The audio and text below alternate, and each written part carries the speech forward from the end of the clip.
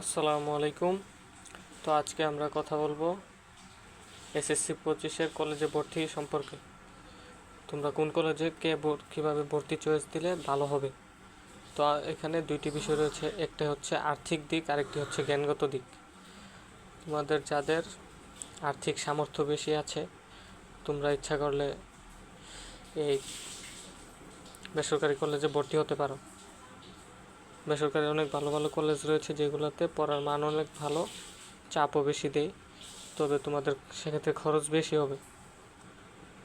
আর দ্বিতীয়ত জ্ঞানগত দিক, তুমি যদি বাসায় পড়ুয়া হয়ে থাকো, নিজে পড়ুয়া, তাহলে তুমি নর্মাল ফ্যামিলির হোক আর ভালো পরিবারের হোক, তুমি সরকারি কলেজে ভর্তি হলে নিজের পর নিজে কভার করতে পারবে।